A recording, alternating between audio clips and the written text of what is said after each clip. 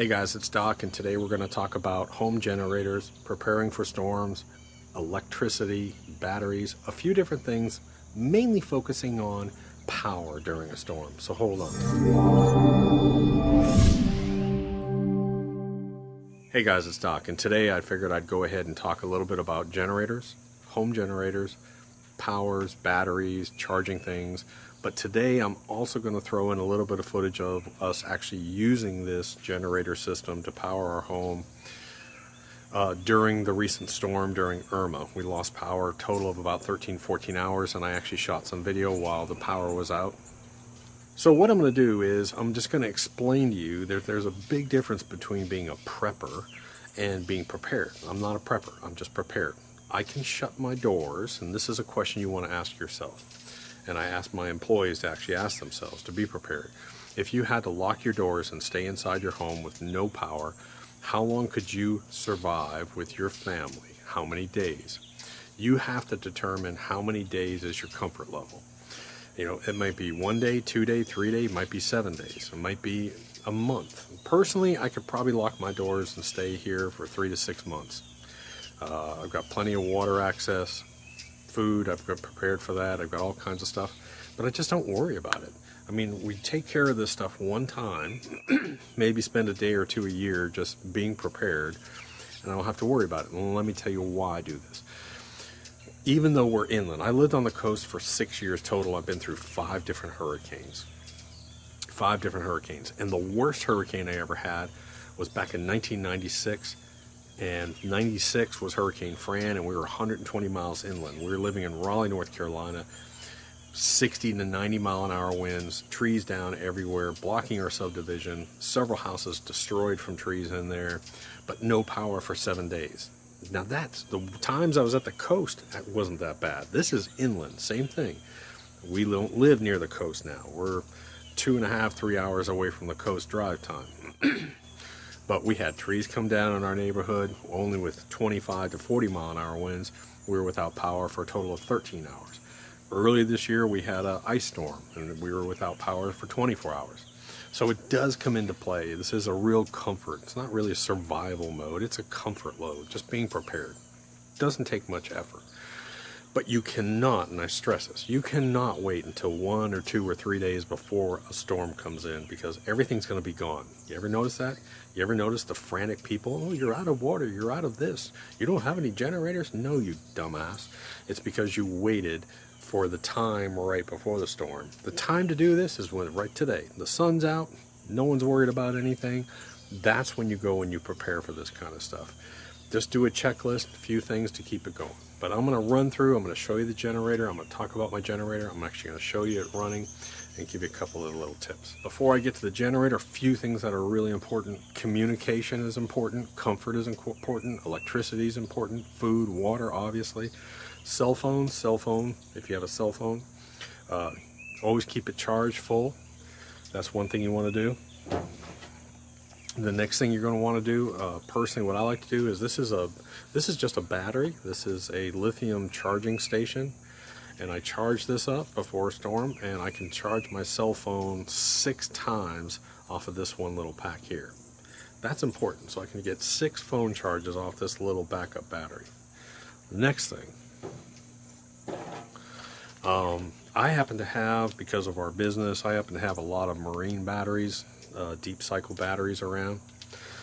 So I always keep one of those charged pretty heavy, and what I do is, this is a great little item. So you can get these off Amazon, and it's an alligator clip to a car charger. See what that is? So it's alligator clips to a car charger. So what you can do is you can hook this up to a car battery. You can hook this up to a car battery or a marine battery and treat it just like a car charger. So you can plug in a cell phone, you can plug in anything you need that has a USB port or however you use that. And off of one of those batteries, you could probably charge a cell phone 1,000 times off that. So this is important. You can also charge your laptop. If you have a laptop, you can get a battery, put it in there and charge it. So those are great little small charging items. Again, if I know I have a storm coming, inside my storm cabinet, which I'm going to show you, I actually have lanterns that I charge. If I know I have something coming, I'll pull those out and make sure that they're charged for the lanterns. because I don't like to start my generator until the power's been out for at least 2 hours, and I know that it's probably going to stay out. That's when I'll get the generator out and start running the generator, which I'm going to show you in a minute. But let me just walk you through a couple little tips on my garage, which is a mess right now because we're putting everything back and lawn work and everything else. But I'll take you over to the garage and I'll show you the generator I use, a couple tips on power ratings and different things. So hold on. Here's an important point. If you wait 24 to 48 hours before a storm coming in to do a repair, you're way late. I was in Lowe's the other day, a couple days before Irma hit, and people were in there screaming because we didn't have any generators. Well, guess what? They're going to sell out. So don't go to Home Depot or Lowe's right before a storm, ice storm, or a hurricane and expect them to have generators, because they're going to be sold out, guaranteed. So let me show you a couple things in my garage, which is kind of torn up right now because we're putting everything back in and yard work, whatever. So it's messy, sorry. So over in this corner, I keep my generator over in this corner, and you'll notice that I have a chain and lock. Important point. So my garage door is open a lot. Someone could just walk in here and just take it and it'd be gone. So what I do is I put a chain around my cabinet here, which is secured to the wall. Then I put it through my generator, and then I put it through my power washer. So secure your secure your generator while you have it in storage. That's tip number one. Okay, so this is not a fantastic generator, but it does really well. It's a storm responder. It's a 8500 is the model number. I don't even know if they still make it, but it's 6250 watts, and that's plenty enough power to do what you want. Now, keep in mind, these things are heavy. If you want to pick it up, it's going to take 2 people, but it does have a nice wheel system and a nice handle system. It's very simple to use. You don't have to worry about it. There is no idle or throttle control in this, although I do tone mine down a bit. There's a screw you can adjust on here because I know how much RPM I need on mine. I've tested it. Starting this thing is pretty simple. This means that it's choked. So you bring this over to choke. This means normal run. You're going to turn your fuel. You'll turn your fuel so it's up, and that'll allow the fuel to come in here. You put it on choke. Flip your switch to on, and give it a couple pulls. It'll start up. Once it starts up, then you'll just go ahead and just turn your choke off, and she's ready to run. Has a fuel gauge on the top, which is nice. Again, I can't remember the gallons on this. It's like somewhere between 6 to 8.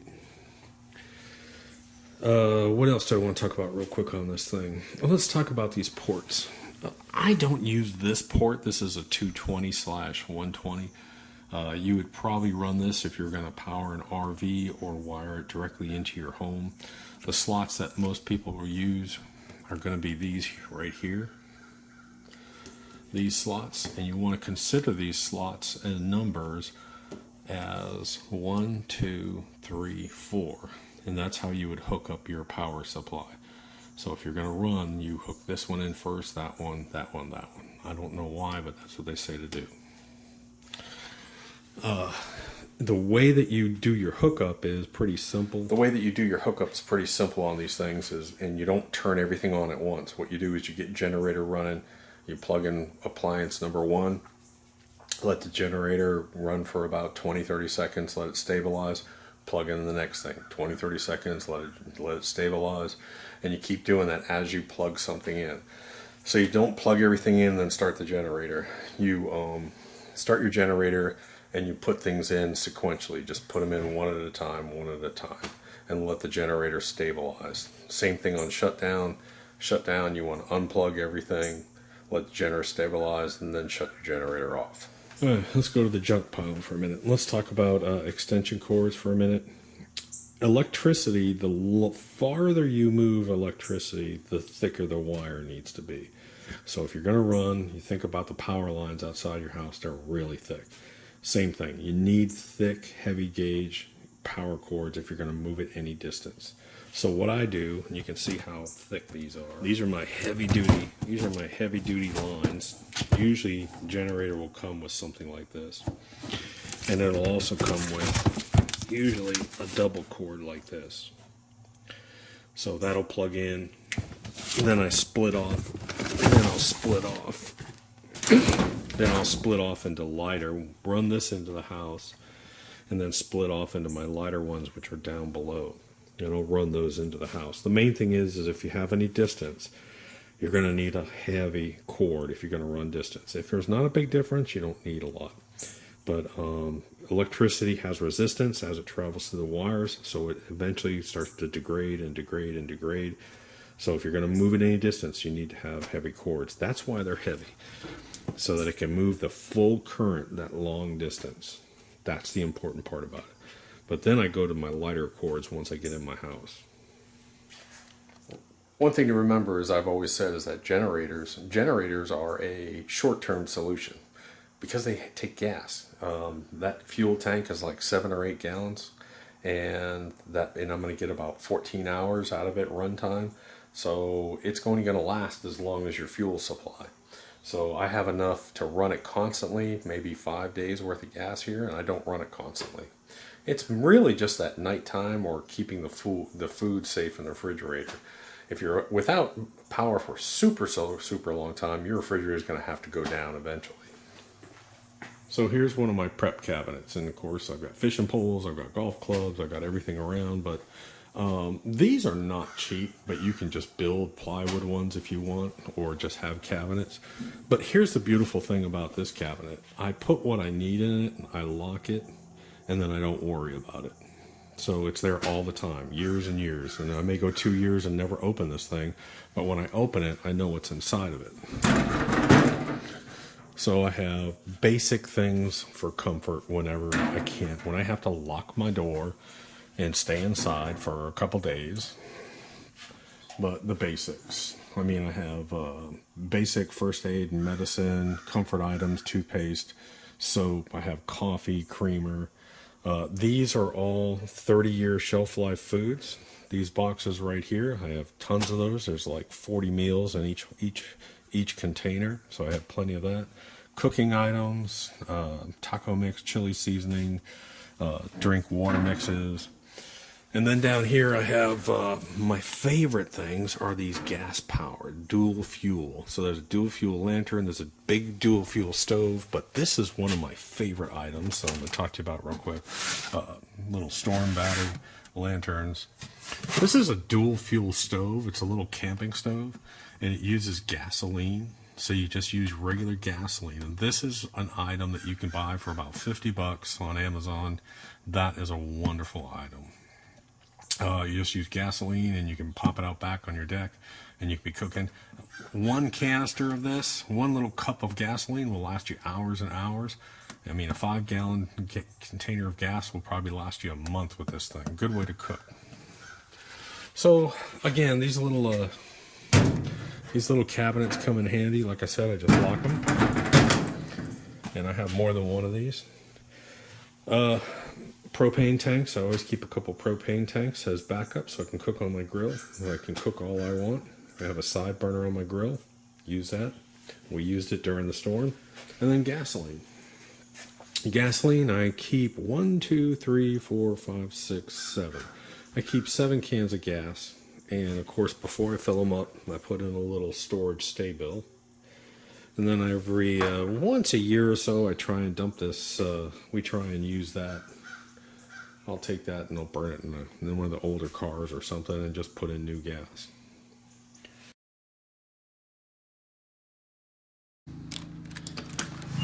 So as you can see, we are still here. Oh, we're still here having our hurricane remnant. And unfortunately, my little shelter I built didn't work out. So let me show you real quick. Let me wipe off the lens. It actually fell apart.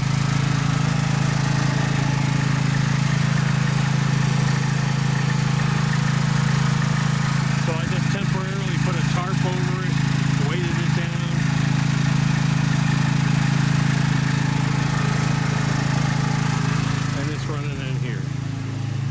out of this rain. Alright, so here we are. We've got the generator running outside. And real quick, let me show you how I do the generator through the window. I put the main cord here. I have a towel out here and have the main cord coming in. And then I have the other cords connected all into that. And what do I have running? We have the refrigerator running. As you can see, the fridge is up and running. We put a lamp up in the kitchen, so we have a main light source here. Oh, Linda. Hey, Linda. Are you in a hurricane today? So yeah, I'm in a hurricane today. And then in this room, we have the TV going and the cable box going, and we have a lamp over here. So, let me get near the light. So this is the first, I don't think I've ever seen a video about running a generator during an actual power outage. This is actually the remnants of Hurricane Irma, and it's been hitting us all day, and we've been without power. I don't know, power went out early this morning, went out again, and then it finally went permanently out about 2 o'clock or so, and now it's about 7:30. It's actually 7:30. So we've been sitting here all the time, and we've had power. We've had television, we've had refrigerator, we've got a gas grill outside, so we're cool. No one else in our neighborhood, our entire neighborhood, no one else has a generator. We're the only one with all this stuff. Let me show you one other trick. So we're not running power down to the rest of the house right now, but I want to show you a little trick. Here's the bathroom.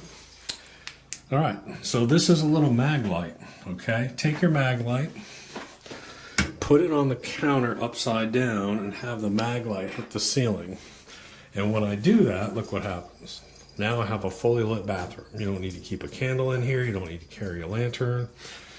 This is one of those really bright mag lights. They're really wonderful. So if you have a room, people can carry them, or you can keep it in here. Just put it up at the ceiling and it'll light up this whole room. Much better way to light it. So, let's see. Oh, so here I am in a pretty well lit room. Anyways, guys, I'm going to be doing a little bit more on this video. I just wanted to stop. I figured, I told the wife that she's over here sitting here and we just finished eating dinner. I said, let's grab the camera because I've never seen an actual generator resource emergency preparedness video actually done during the time when you're actually using it. So I thought it'd be kind of cool. So we'll be doing a bunch more. Hey guys, it's Doc, and the question always comes up now, what size generator do I need? And I'm going to make something that can get a little confusing. I'm going to try and keep it simple. Go online and look up some owner's manuals or look up for a wattage chart for household utilities. And what you're going to have is you're going to have a list of what items use what wattage. So, a light bulb, it might be 75 watts. You should use LED light bulbs, by the way, because a 75 watt light bulb is only going to use about 5 to 10 watts if you use a LED, if you're using a generator. The next thing, deep freezer, 500 watts, sump pump, 800, well water, 1,000, refrigerator, which is probably the most important. What is a refrigerator? 800 watts. So you have your wattage that you're rated for. Let's say I have a 65, and I'm going to use mine as an example. 6,500 watts. So I can go through and add up everything I want to run, and as long as I'm 65, I'm good, right? Well, not yet. There's also a surge rating. So a lot of these things have a surge or startup rating.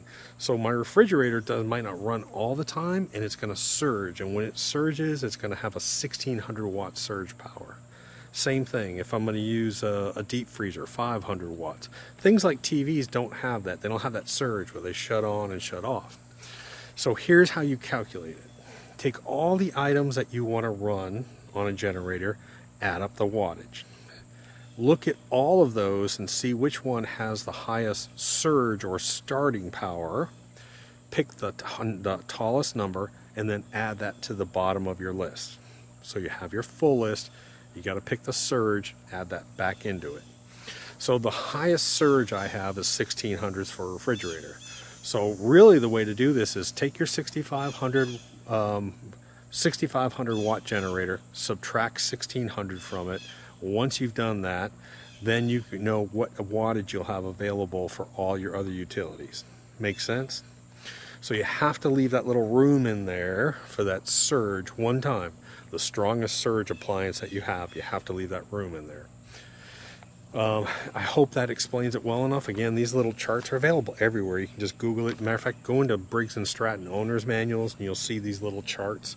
They have them available online, and you can sort of figure out, well, I want to run my refrigerator, I want to run TV, cable box, computer, Wi-Fi, I want to run 5 lamps, whatever you want to run, a fan. Add those all up. Then look for the surge or the startup power, that initial jolt of power, because it goes on and off from like a refrigerator, and add that into it. And that's how you figure out what you need. Most homes, like we're running here, 5,500 and up is good. I run a 65, but 5,500 and up is good. 6,500 I think is perfect, but you can also go 7,500. I've seen those run too. So that's how you figure out what size you need. Again, it's all based on wattage. Add up all your wattage, look at the chart, and see what your surge wattage is. And that surge wattage you have to deduct from your overall generator.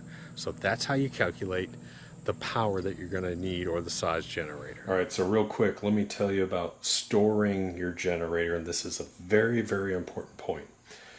After you shut down your generator, put it in your garage, do whatever, but within 24 hours, what you want to do is prepare it for storage. It's really not a big deal, because there's only one thing you got to do. Wheel your generator back outside and start your generator. The next thing you're going to do is you're going to come to your fuel line. This is your fuel line valve right here. Mine is currently off. When it's on, it's up this way. When it's off, it's this way. So with your generator running, you're going to turn your valve, your fuel line to off, and you're going to let your generator run until the fuel line burns out of that gas line.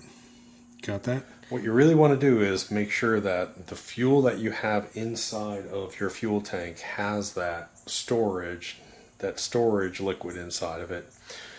Shut off your fuel line while your generator is running and let the excess fuel burn out of your fuel lines and your carburetor.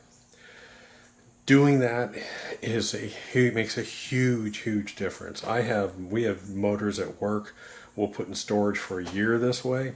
We'll bring them out, pull the handle, first start, they go.